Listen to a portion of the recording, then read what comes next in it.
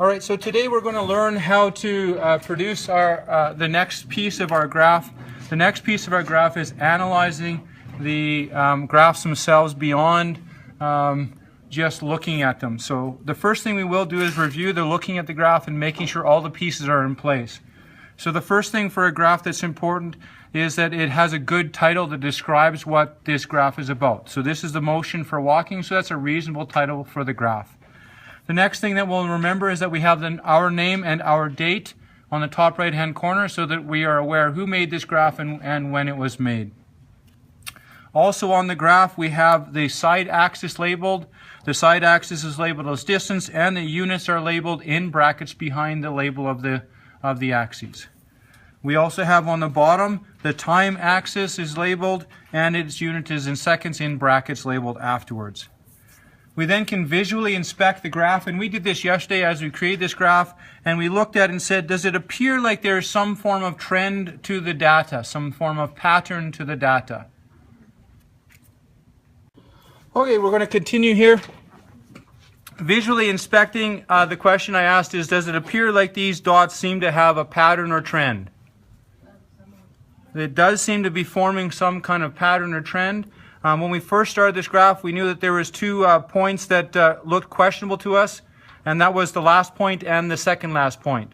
Once we graph the points, we're able to see a better idea about whether or not those points were problematic or not, whether they actually were a part of the motion or maybe an error in the taking of the data. When we look at this, we actually see that this last point actually seems to be following that same pattern. It's the second last point that doesn't appear to be following the pattern.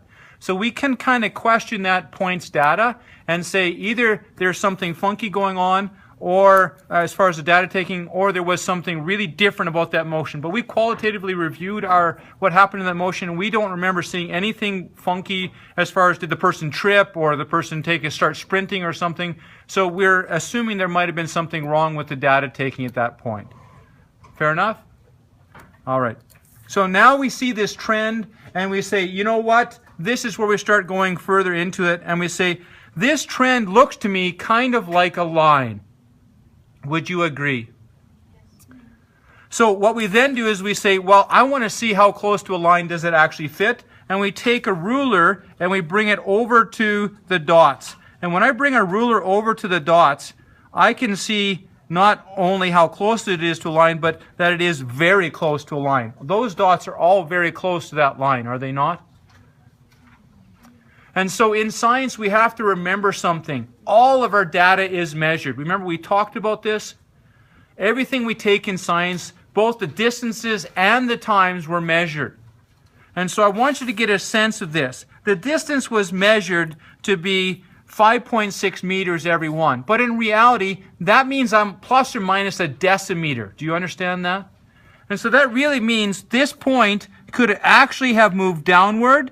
It could also have moved upwards as far as distance goes. And this is an idea, I'm not doing it accurate, these are idea of error bars. They show you how much that data could actually move up or down. I'm just giving you an example of what they are. Also, the time. The time was measured, we know it said to the tenth of a second, actually the hundredth of a second, but in reality, human reaction time is actually 2/10 of a second. Did you know that? At least 2/10 of a second. So that means from the reaction time from someone lifting their arm to the reaction time you start the timer to the reaction time you stop the timer, there's a whole bunch of reaction times that are playing into this time measurement. Do you understand that? So that means our time parts could wiggle left or they could wiggle right. Are you okay with that feeling? So in other words, this dot isn't a precise location of our data. It's the center of an approximate location of the data. Fair enough? So then what I do as a scientist when I look at the dots, I don't feel them to be precise places. I say, do they give me a general trend of the data? And for me, I see a general trend of a straight line. And so when I see a general trend of a straight line, I say to myself, you know what? If I can get a ruler that close to all the points, then I'm pretty sure this is actually a straight line trend. So I see the straight line trend, and then what I do is I'm going to create something called the best fit line. So we're going to do something called the best fit line. And the best fit line is something that is going to keep as many dots on the line as possible and keep the rest of the dots close to the line.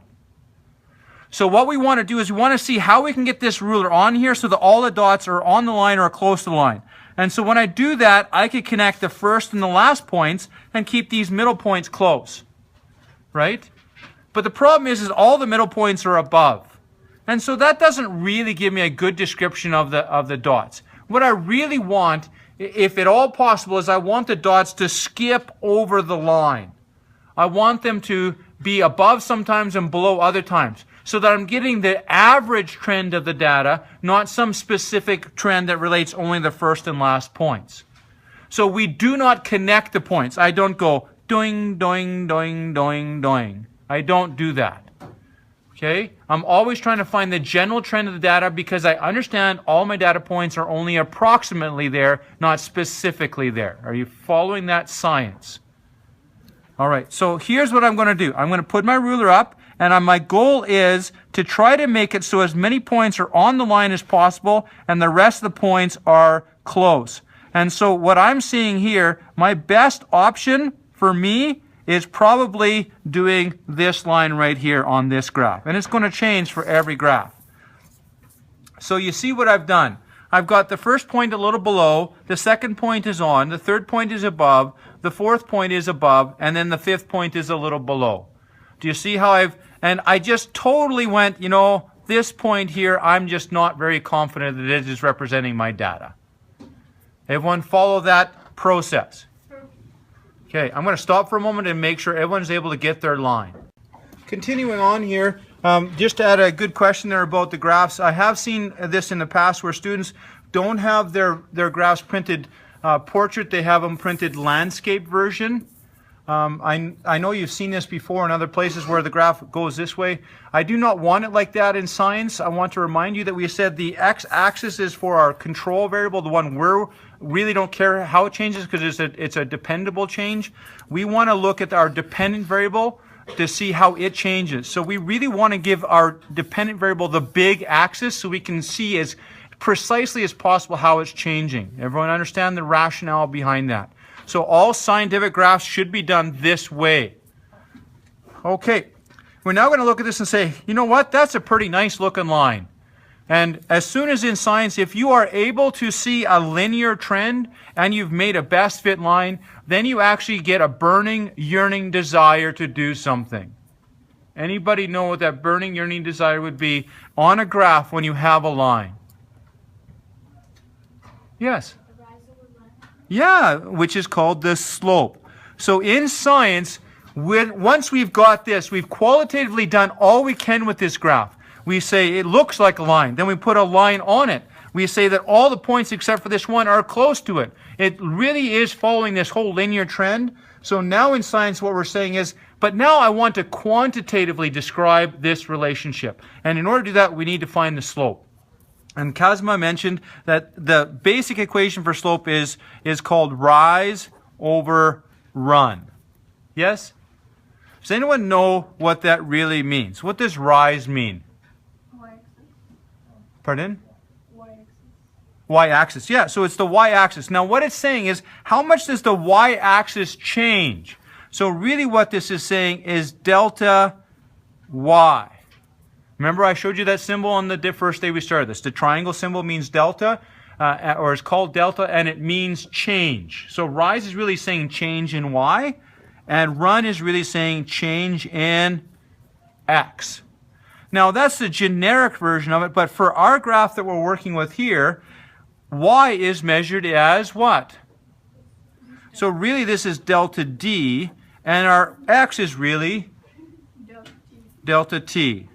So we've now got a good understanding what slope is going to be for this graph. It's going to be the change in distance with the change in time. Following me, folks? I'm going to give you something now that I have not taught you, but this is something that will be reoccurring for you in other science classes and even maybe in your math classes. In order to figure out the change of something, and we did it on our graphs, I showed you how to do it, but I didn't explain it a lot. When we find the change, it's always going to be D2 minus D1. It's always going to be final minus initial, where you ended up subtracting where you started. And the same thing for time. It's going to be t2 minus t1. Okay, so what I'm trying to do here is determine the slope for this line so I can mathematically or quantitatively describe this line relationship. In order to do that, I'm going to need to know how much does this line rise and how much does it run. In order to do that, I need to find points on the line I can use to put into this equation. So this is why I made you make the graph with the major axes and as well as the minor axes. So when we get to this point, we can mathematically analyze it. So what we're going to do now is we're going to look for points on the graph where the graph line crosses a corner of a square. So watch what I'm doing right here. And right up here, I see a point right there, and I'm circling it, where my line goes right through. I'm just going to draw this in here. There's that line, and there's that line. So see how it's like the crosshairs and the line goes right through the center of that crosshairs. Watch this. I'm going to zoom in. Zoom. See what I'm talking about? You need to find that on your graph now. With every dot? Zoom. With every dot? No, we need to find two of them, please. I need to find my other corner. You folks have already beat me to it. I'm going to try to move further away to find another place or a corner where it crosses. I have another one way back here. Way right there. So those are my two corners. My corners and your corners probably will not be the same because you stretched your graph different than me and so on, but that's fine. As long as you stretch your graph from the corner, everything will be proportional. If you didn't, like remember I told you, don't stretch it by the sides, but grab it by the corner and stretch it proportionally, everything should be fine. So why did I do this? Well, I need to know points in order to find slope. In order to find slope, I need to know where the points are exactly. I cannot use these dots for two reasons. Number one, the line doesn't actually go through the center of these dots in any case. That's the number one reason. The number two reason is, remember, all these dots aren't really there. Remember that? These dots are only approximately there. They're wiggling around. So we can't use those as precise measurements. However, every time the line goes through a corner, I know those measurements precisely. So what I'm going to do first of all is I need to find out what it is that my scale is down here. So in order to do that, I'm going to count. I have 1, 2, 3, 4, 5, and I'm at 5. That tells me these squares are worth 1 each. And so I'm going to do a little bit of labeling to show what anyone else that reads this graph, what this scale is on the bottom or x-axis. The next thing I'm going to do is I'm also going to do the same thing going up, and I count 1, 2, 3, 4, 5. 5 squares, and I get it 5. That tells me each square is worth 1. So I'm going to label those so that anyone that reads my graph can see the scale very readily. Right? The next thing I'm going to do, the next thing I'm doing here is I'm going to find out what the location is of my point. So please watch me first, and then I'll give you a moment to find yours. I'm going to take from that corner and draw a line down, and that tells me at this corner I'm at number 1. I'm also going to take from this corner and draw a line across, and that tells me I'm at number 3. So I don't know if you've done this in math or not, but there's a coordinate system where it goes x and then y. Do you remember that? And this is our first dot. Do you agree the first dot is going to be the one closest to the axis or origin? So this is really going to be in the ordered pair x1, y1. That's the ordered pair, x and then y. The x value I have is 1, and the y value I have is 3. You okay? I'm going to do the same thing with my other dot. I'm going to take there and draw a line down. I'm 1 less than 15, and I'm going up by 1, so that means this number would be 14, right? I'm also going to go from that line across, like so. I'm 2 less than 25, that means I'm at 23. So the ordered pair here, this is my second dot. This is x2, y2. So the ordered pair here would be 14, 23. What we've done is we've marked off a piece of the line. And what we really have, folks, is from this point to this point, there is this amount that it moves over. This is called the run. There's an amount from here to there that shows how much the line rose. This is called the rise. And so this is what we're looking for. We're trying to figure out how much does the line move over and how much does the line move up. And that's what the slope value tells us. It gives us a relationship or a ratio between horizontal movement and vertical movement. Change in the horizontal value, change in the vertical value. That is what slope is. It's a quantitative relationship between those two. So I'm ready now to actually work on the formula. And the formula says it's going to be d2 minus d1 and t2 minus t1. The way I remember this is where we are last, and this is where we are in the beginning. Delta is always where we end up, subtracted where we started. So the d2 that we're dealing with is the y2 value of 23. So for me it's 23, and my d1 value is 3. All divided by t2, which is 14 minus 1.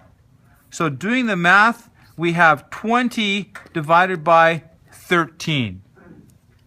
I'm going to stop for a moment and come around and help anyone that needs help. Okay, we're ready to finish this up now. To finish this up, I'm actually going to go to my calculator. And my calculator, I'm going to do 20 divided by 13. And I get a value of 1.538. So I'm going to write that all down first of all. So slope equals 1.538. And then I have to look at that and so say, you know, as a scientist, I have to recognize that that's probably a little bit too accurate for what I'm doing. I have to look at that and recognize that this 3 and the 1 that I have here, because they came off of Excel and I didn't format these, but I can remember my times were definitely more accurate than one whole number, right? My times were accurate probably, it would be reasonable to say that 1.0 is a reasonable number there, or 2 sig figs. Would you agree? And then the other one here, each one of these numbers here, 23 and 3, again, 2 sig figs for the 3 value. This one here should be measured to at least 1 decimal place, so 3.0 is a reasonable number for that one. So I could say my answer should be 2 sig figs, okay?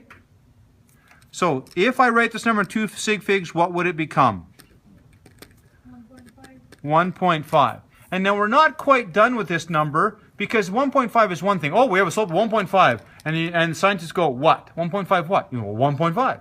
No, in science, when you do calculation, almost always, not every time, but almost always, you will have some form of unit that goes with it. So we now have to go back and realize, well, what was the units? Well, we go up here and remember, oh, we're dealing with distance on the top, so the units for that would be meters. And we're dealing with time on the bottom, so the unit for that would be seconds. So that means the units for this slope are actually meters divided by seconds. And we've actually now determined the slope for our walking graph. And that is where every graph needs to be by tomorrow. You need to get every one.